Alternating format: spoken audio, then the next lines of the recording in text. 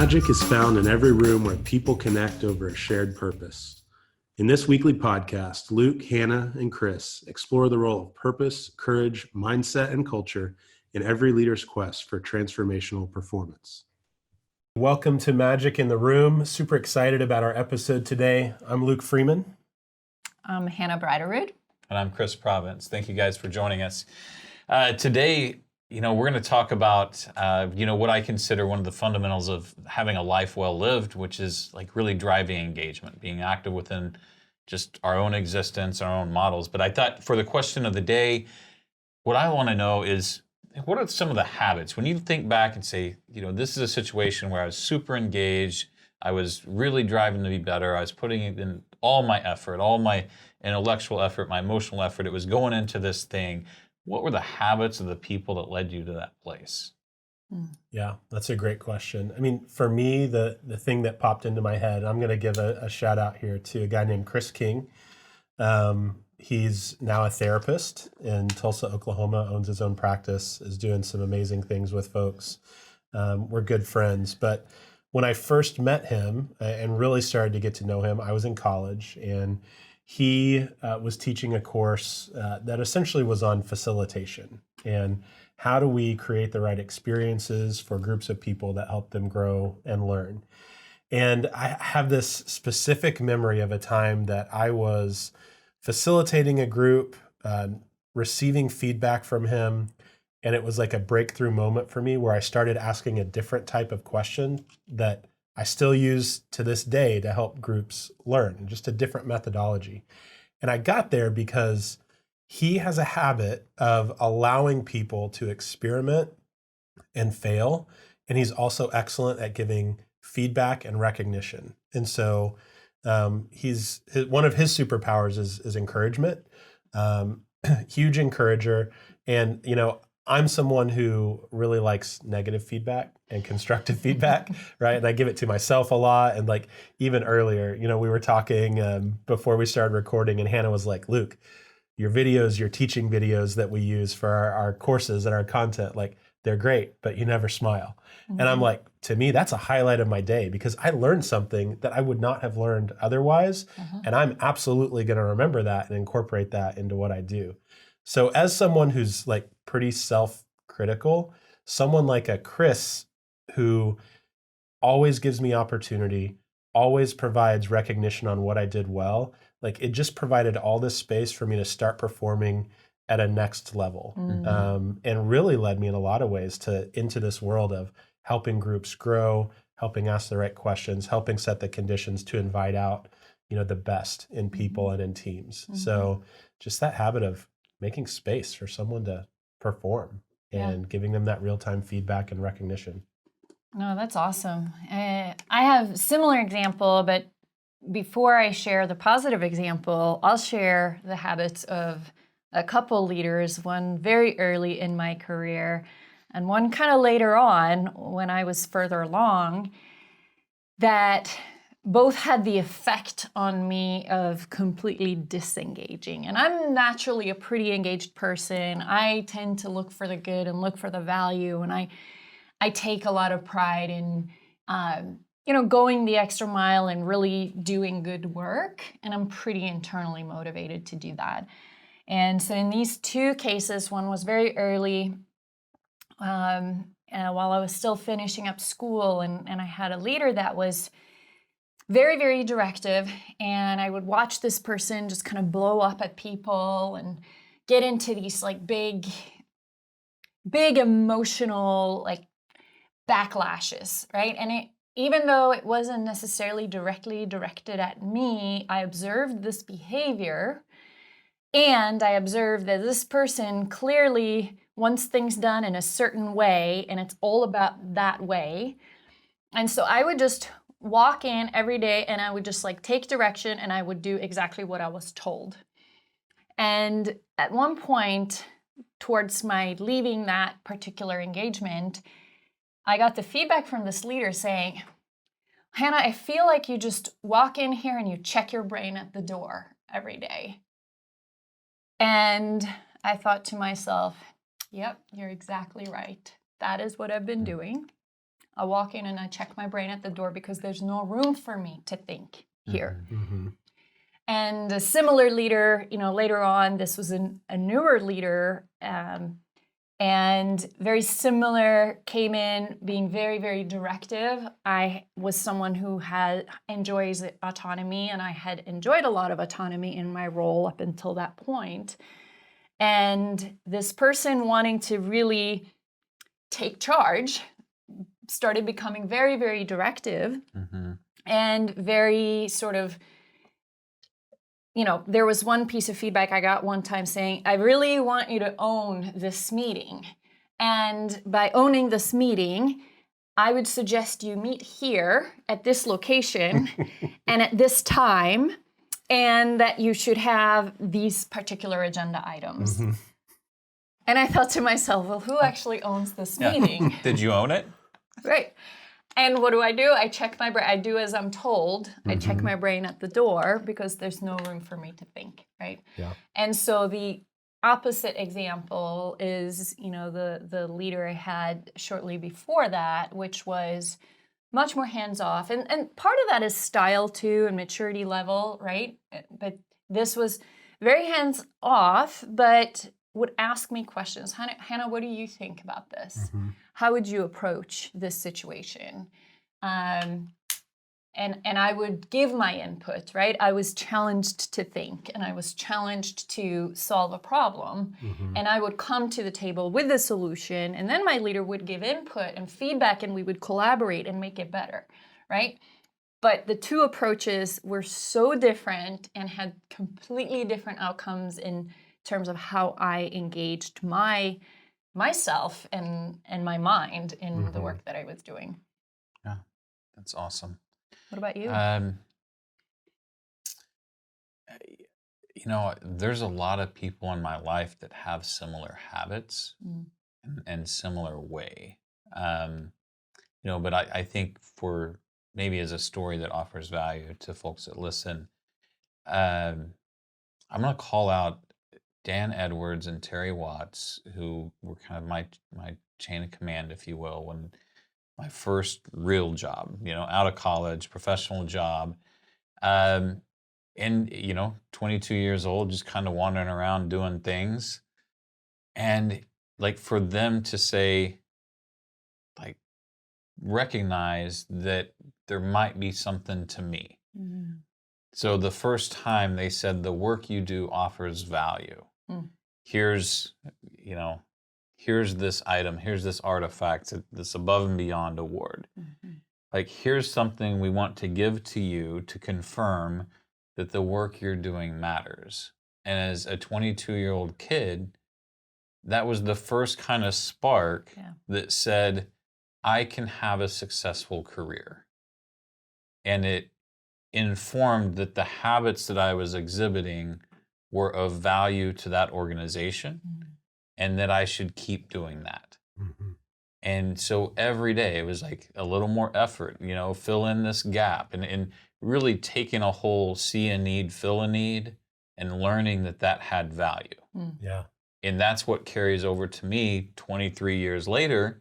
It's still this see a need, do the lifts necessary to fill the gap, and stay in service. So I want to kind of recognize them. And there's 100 people along the way, but what I've found in my life is those are the people that I love being around. It's everybody in service to one another, the ability to speak freely and hold each other in check, high levels of accountability. But they set the tone for that. And I think my story to, like, if you're out there and you're leading that 22-year-old, that this is their first job out of college, how are we informing that person that the work they're exhibiting and the work that they're doing matters to the organization? And I think that's something to be intentional about.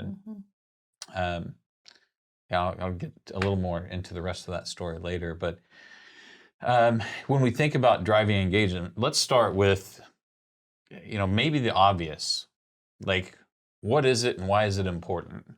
Yeah. So, so let's start. Like, what is it, Luke? What is engagement all about? Okay. So I apologize ahead of time because I always do this, I feel like, and get us off track. But like, I want to go all the way up to like 50,000 feet. Mm-hmm.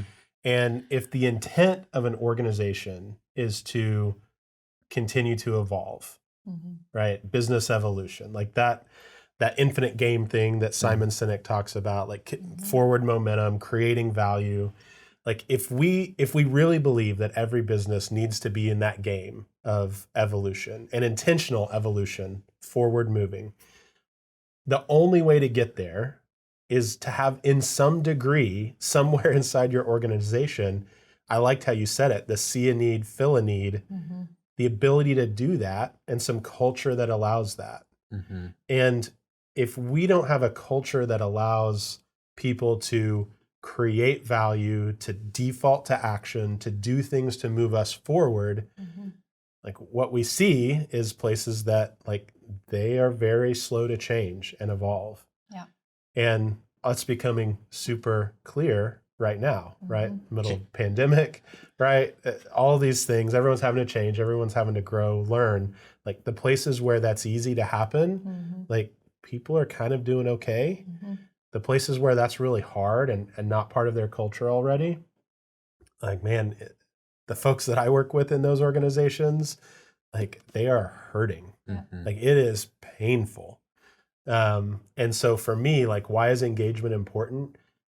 Engagement is both an outcome and an antecedent, right? It's an outcome of having that place where I can add value if I want to. You know, Hannah, I thought your story described it perfectly, right? Where I have some autonomy, where I can do something that matters. Yeah. But it's also an antecedent. If we don't make the space to do that for people to be engaged, we won't get the outcomes of moving forward that only their engagement is going to bring to our organization. Right.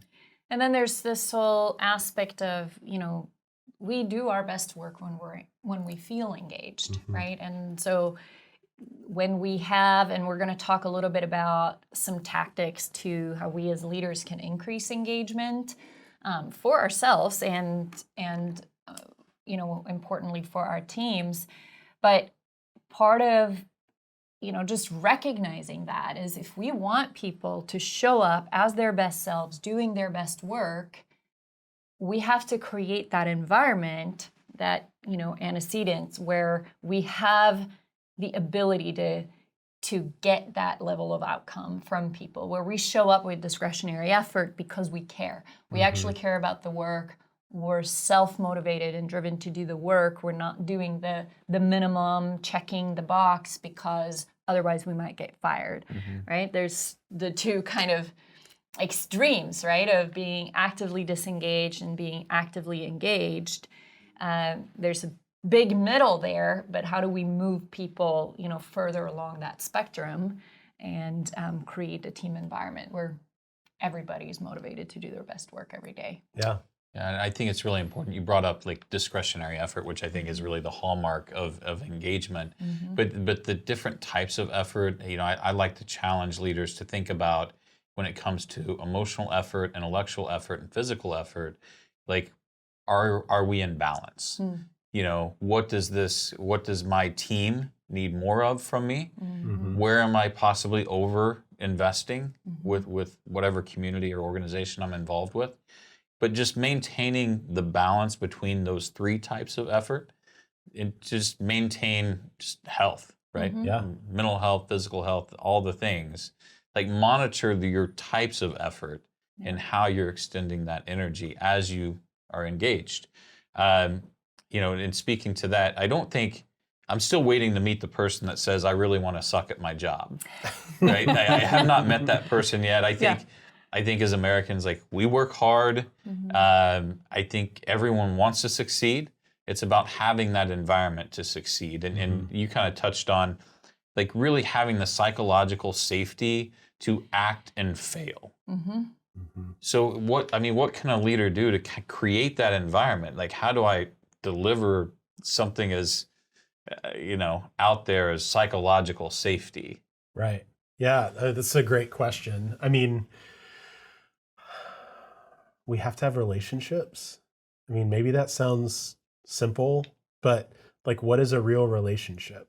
It's not me directing your efforts necessarily. Although I think as a leader, I have a responsibility to provide some feedback and maybe help think through strategy and give some coaching, for sure, especially if it's something maybe technical that I have expertise in, right? A practice that I've been doing for a long time. I should be giving some sort of context and guidance, but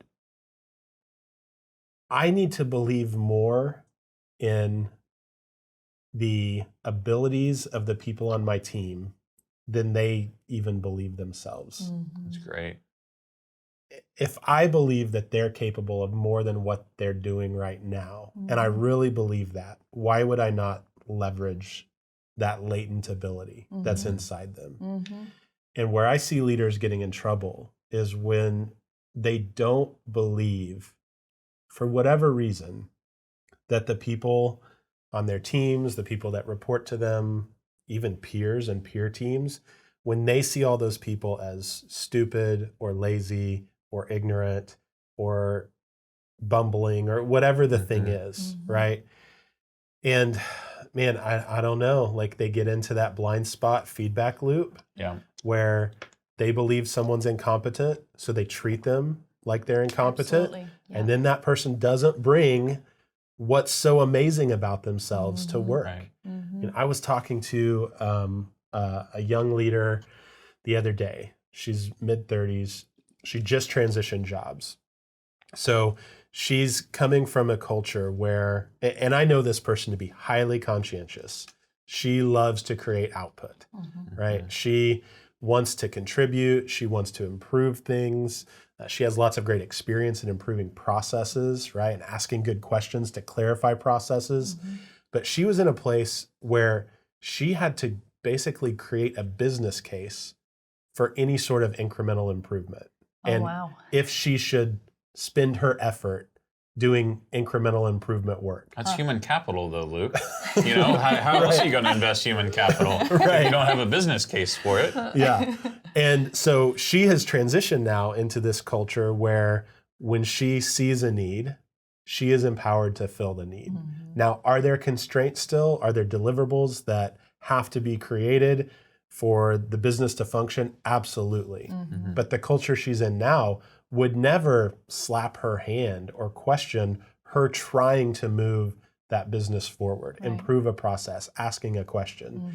And I got to see her in both settings, right? And the level of energy, right? The level of being able to like look and have a human connection eye to eye with people, the ability to like ask questions without having to like pad them in bubble wrap and be like, well, I'm just brainstorming here, but have we thought about doing it? Instead, she can just say, hey, I think we have a gap here. Here's some ideas on how we can fix it. What do you guys think?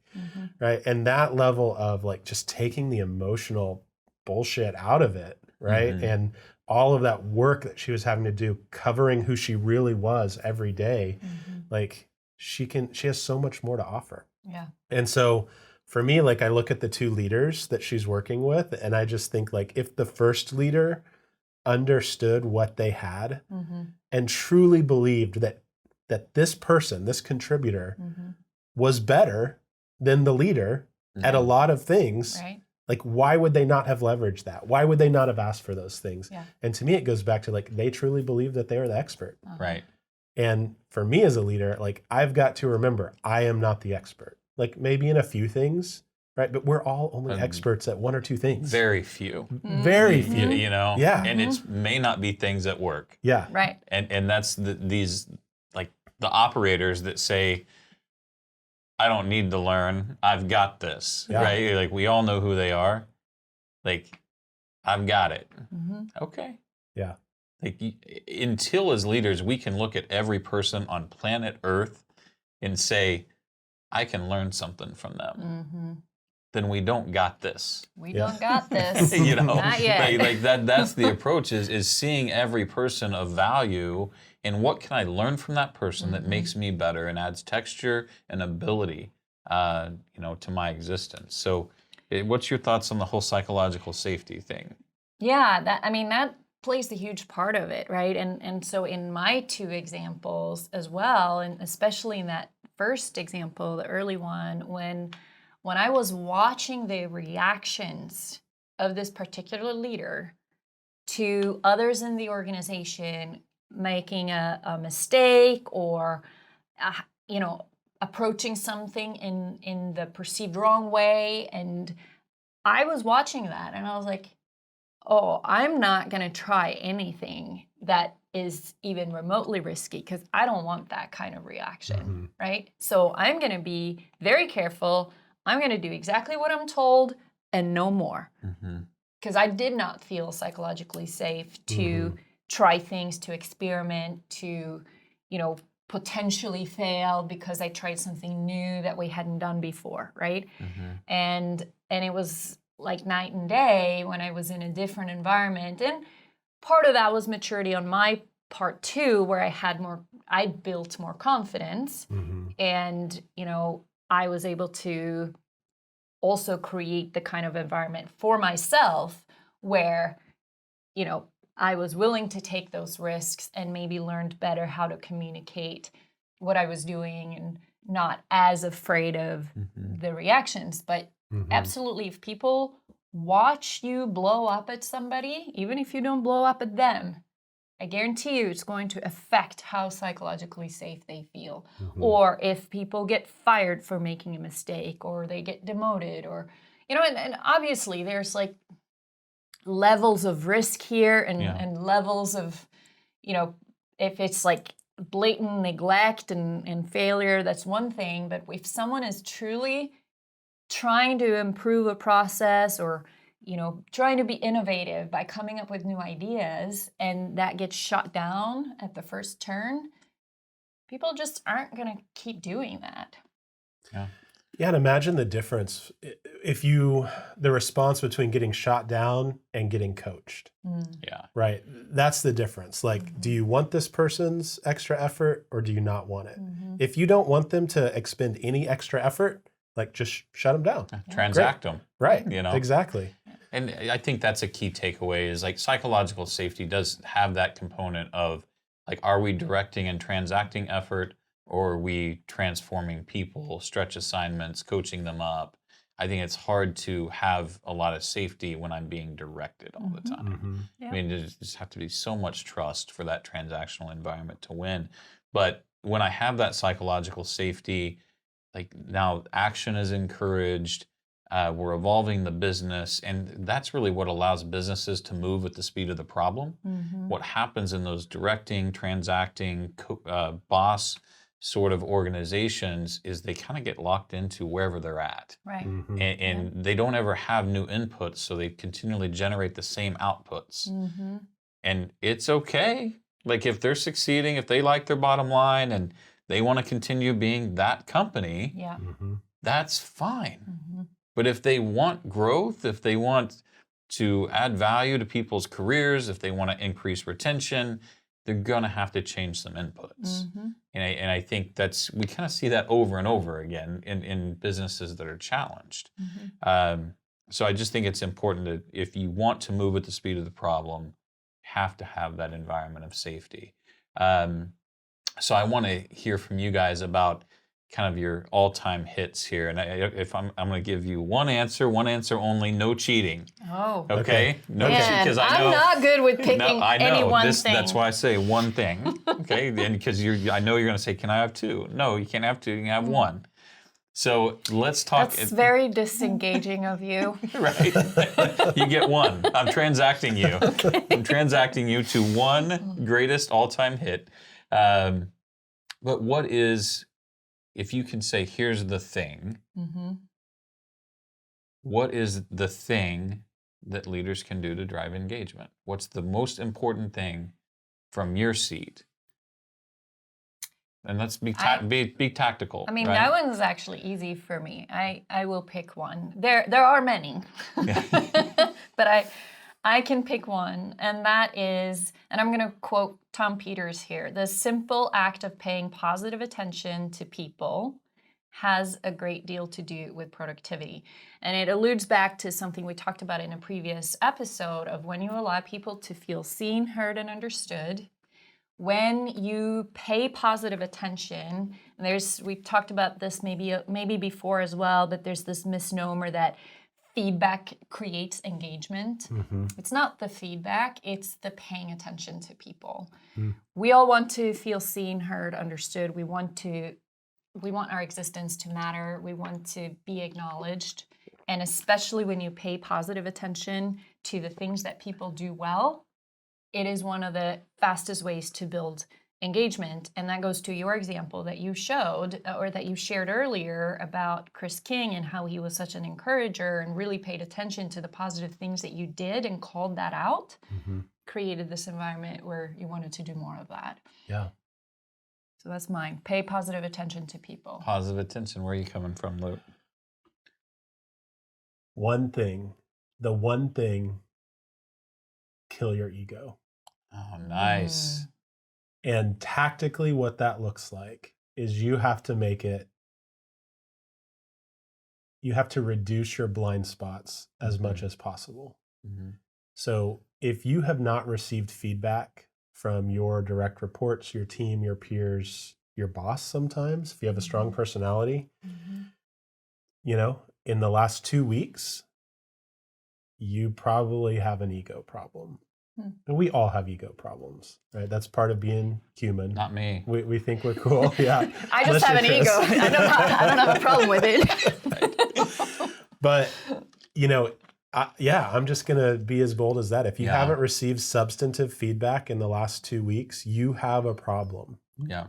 Because it means that I guarantee you haven't been perfect for 2 weeks straight, right? Why has someone not told you? Yeah.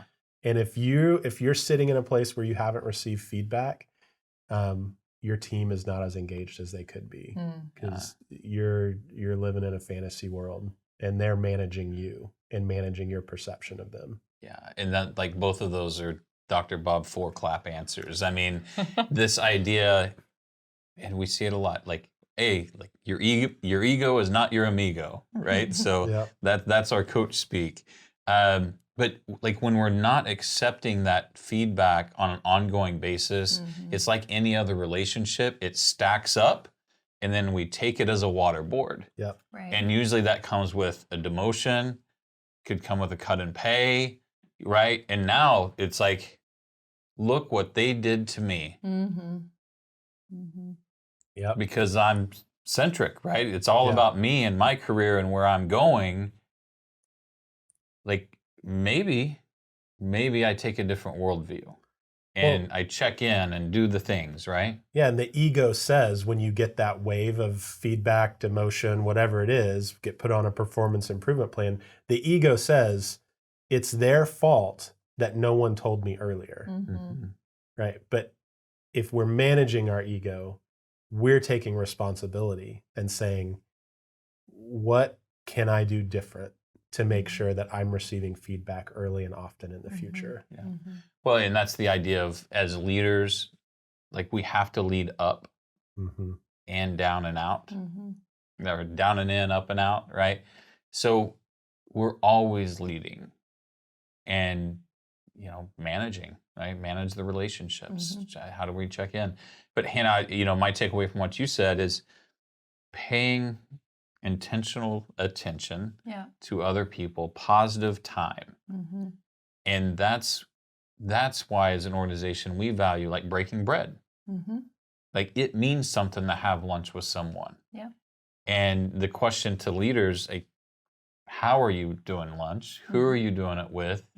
And if it's by yourself, it's an opportunity. Yeah, it's a missed opportunity. To do those things, right? Maybe get some feedback. Yeah. All right, Chris. What's your? So do I get a one thing? You get a one thing. Oh, I'm gonna cheat. I'm gonna take it up high enough so it's vague, and then I can rattle off 5 or 6 things underneath. How about that? I see how you play. Yeah, it's a dirty game. No, I think in order to drive engagement, the number one thing is to live an engaging life. Model the way. Model the way. Yeah. If I want to be trusted, I have to be trustworthy. Right. If I want to lead a learning organization, I have to commit to learning. Mm-hmm. If I want us to be bold and courageous as an organization, I have to be bold and courageous. Mm-hmm. Therefore, if I want us to be engaged, I also have to be engaged. I have to model the way. Rule number 1 of the leadership challenge, right? What does that mean? It means I'm engaged in the model. Mm-hmm. It means I know the technical systems. I know the people on the team. I know what they're working on. I know the numbers of the business.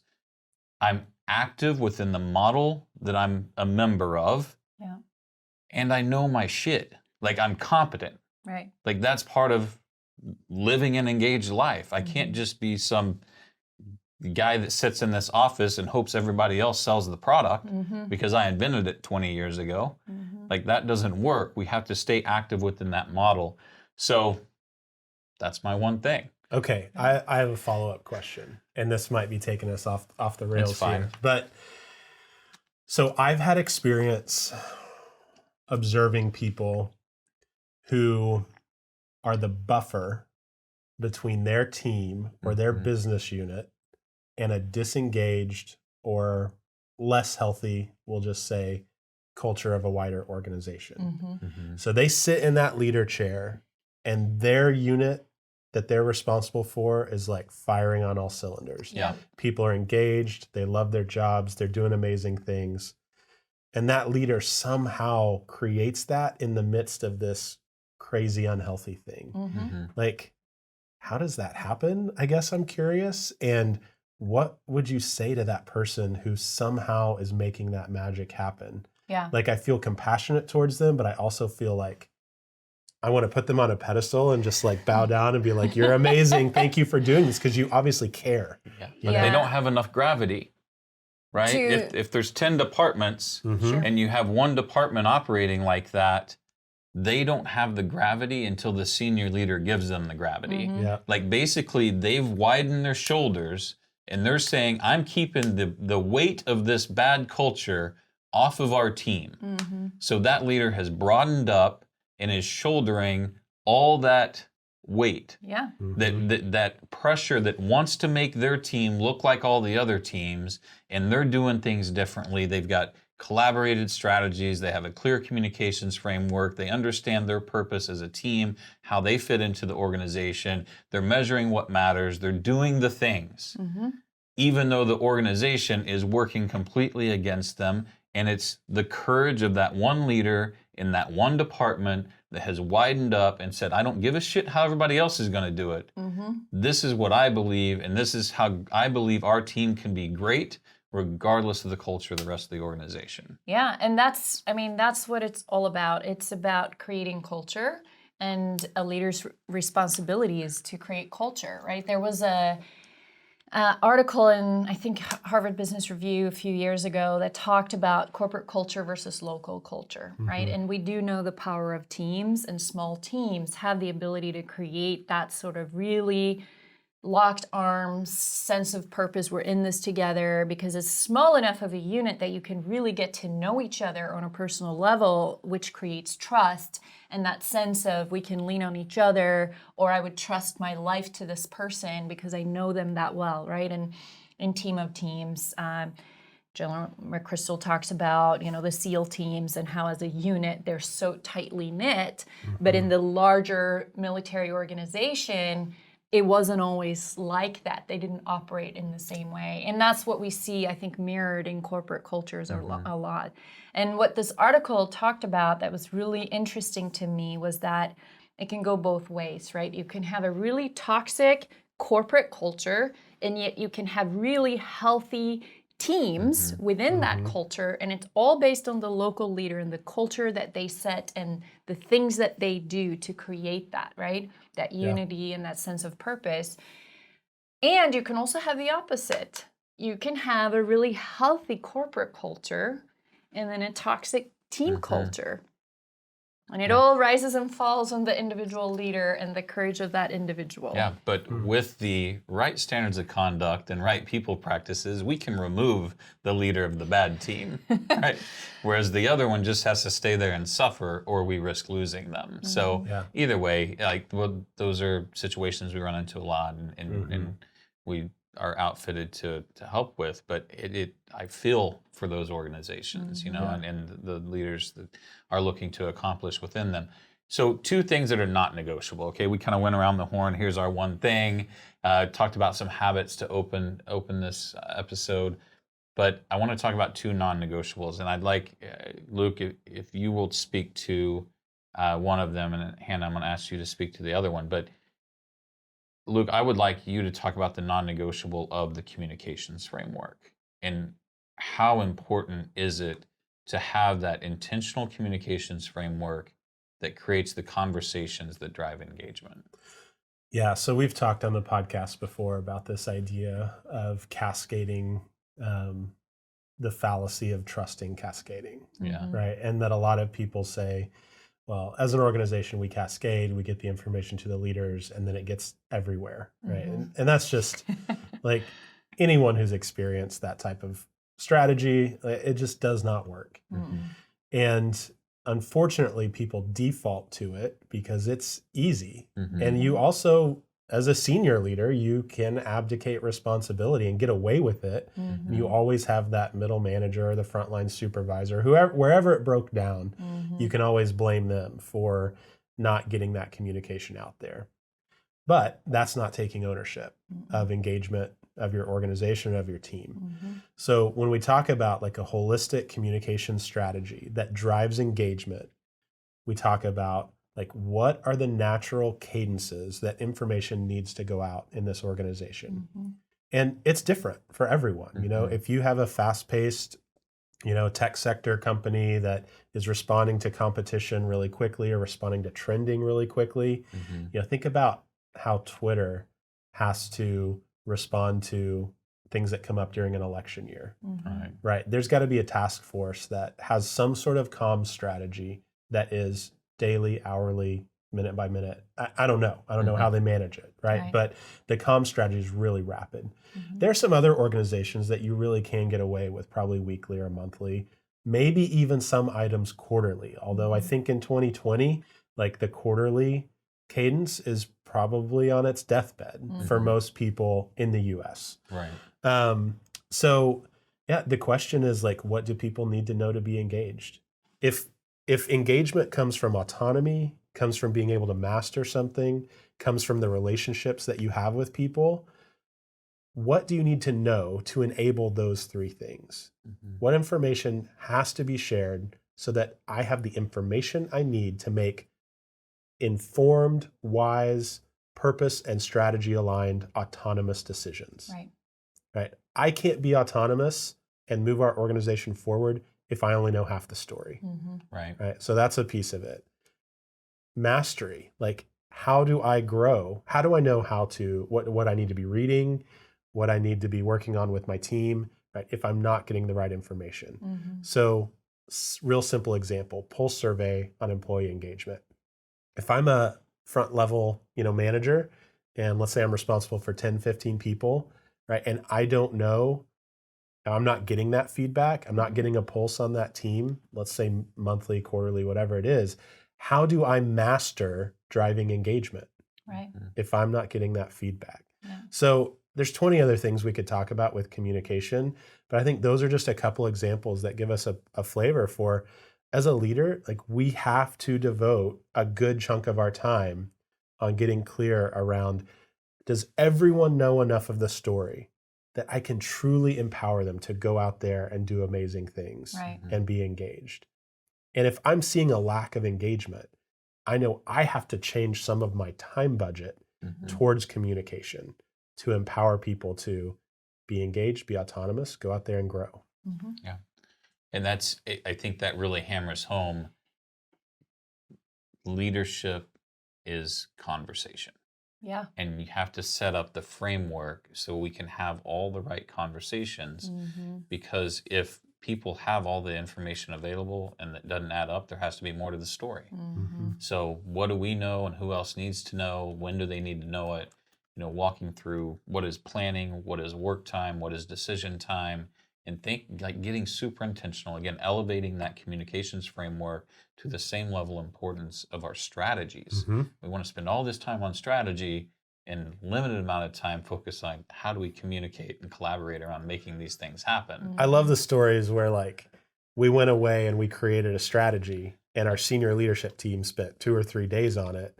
And then 6 months later, there's only 10 people in the organization that really understand the strategy. Like, how would you ever expect to be able to execute that strategy? Well, and what I want to challenge, this is kind of a life's mission thing, and my soapbox is, why are we spending 3 days in the woods building the strategy and not 3 days in the woods after that building the communications framework to get it all out there?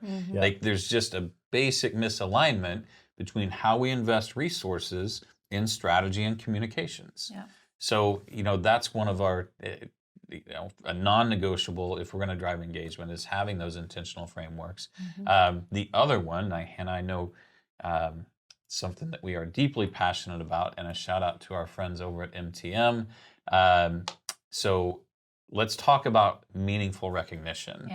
The other non-negotiable. If we're going to drive engagement, I think all of us kind of hit on that in our open. Like, what are the habits of the people that really engaged us? They saw us. They saw us for something. So what is meaningful recognition? B, why does it drive engagement? Or why is it a non-negotiable? And I think we can answer that question in different ways. For me, meaningful recognition is when you call out character. And it goes back to seeing people, seeing what's valuable about them, seeing what's great about them, what is the light in them, what lights them up, what is it that makes them great. And to recognize that goes beyond a, hey, thanks, or attaboy, or like a just meaningless pat on the back, or even just say, good job. Well, good job for what, right? And there's there's that surface level of this is the thing that you did, or we can take it a level deeper and say, these are the characteristics that I see in you that enable you to do these great things. And so when we recognize people at that level, it becomes a lot more meaningful than recognizing surface, how somebody looks or what they wear. Those are compliments, and those are nice. We all like a good compliment. Every girl likes a compliment. But if you talk about my character and the things that you see that are great about me, I'm going to feel very, very differently, and it's going to motivate me on a different level to continue to rise up and step out in greatness. Right. And so many times, it's how we deliver that message, like you said, like, your work around our guest service program that's on Igniter Academy. I can say, Hannah, that class, that delivery, like, it's really good. Thanks for building that. Or I can say, Hannah, this pen right here, this is the pen that I use to sign our incorporation document. And I decided at that time, as soon as I saw a moment that tipped our company, I was going to recognize the person that made that effort, that cared that much.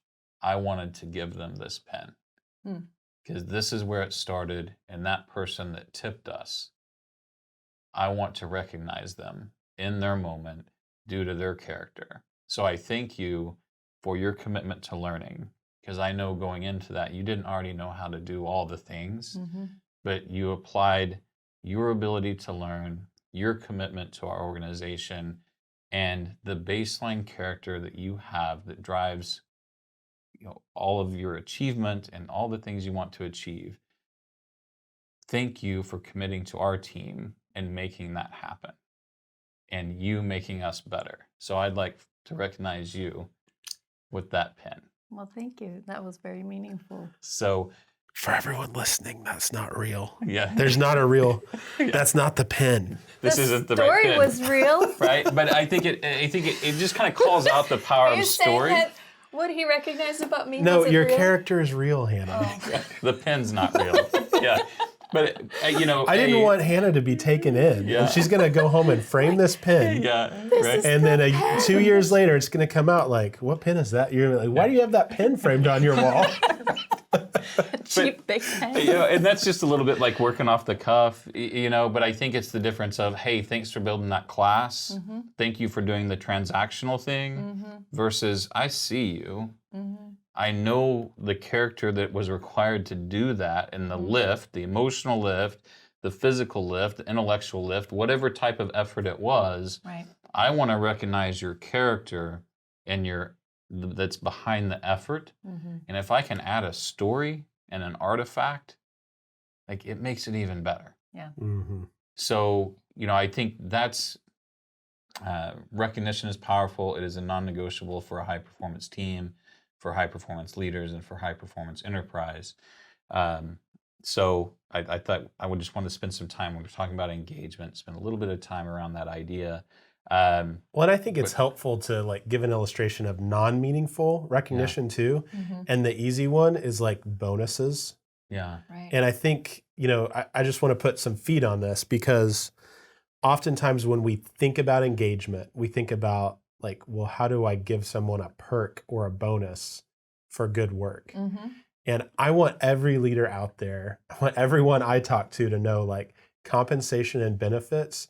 The purpose is to take it off the table for someone to say, I can make X dollars more over there, so I'm going to go do that. Like, that's the job of financial payment, right? We take it off the table that they're going to leave because of finances, right? Everything beyond that needs to be meaningful recognition. That's what people want.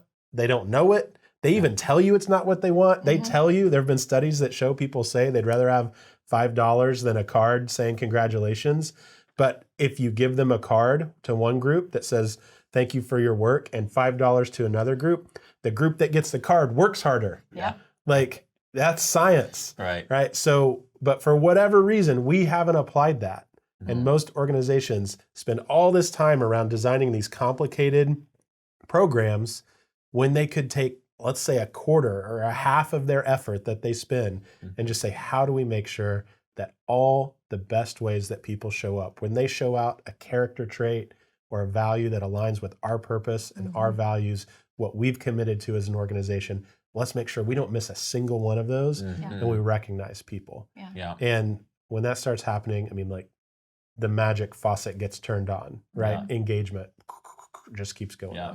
So, we'll call out Ashley Herney and go ahead and get her prep for her guest episode with us talking about meaningful recognition. Right. But man, let's wrap this up. Last words around driving engagement before we get out of here today. Yeah, I think one big takeaway, just something I heard you say, that leadership is the conversation. A really pivotal book for me was Fierce Conversations by Susan Scott. And there's a line in that book that really changed the way I looked at whether it's recognizing character or whether it's keeping people engaged. It's about building relationships. And she said the conversation is the relationship. And so when the conversation stops, the relationship ends in effect, right? And so when it comes to keeping people engaged, whether as a leader or in a family, in any kind of human relationship, it happens in the conversation, right? That ongoing conversation, and how do we, talk to each other in an authentic, genuine way that really allows us to feel seen. Yeah, I mean, my one thing, I kind of did a nod to this earlier, but my takeaway is just ownership. If you're a leader and people are choosing to spend time with you on your team, you got to take ownership of their experience and of improving that experience.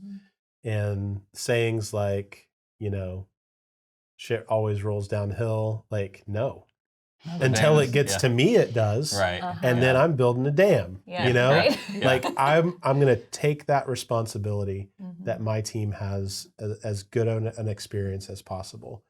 And, the buck stops here. And if we find ourselves blaming others for our own engagement or the engagement of our team or teams that we're on, like we have to take a hard, deep look into why am I blaming others when I have a say in the outcome here? Yeah. Yeah, and that's, we just read so much into organizations, and I'll piggyback with you for my takeaways. It's like language matters a ton, and sentiment that we pick up from language when we speak to leaders. And how's it going? Well, it is what it is. It's another day in the salt mines. I'm living the dream. Skate the 8 and hit the gate. Like, I could go on and on, right? We're going to do a whole episode of Coach Speak, right? So just a bunch of nothing burgers. But like all those sayings communicate something. And understand that as leaders, language matters.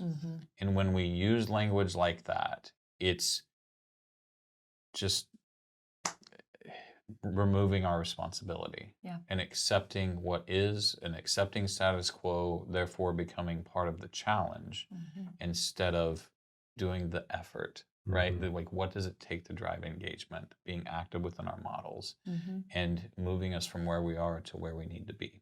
So that's my takeaway for today. Thank you guys so much. I'd love just, my life is rich, getting to talk about this. You guys make me a ton better.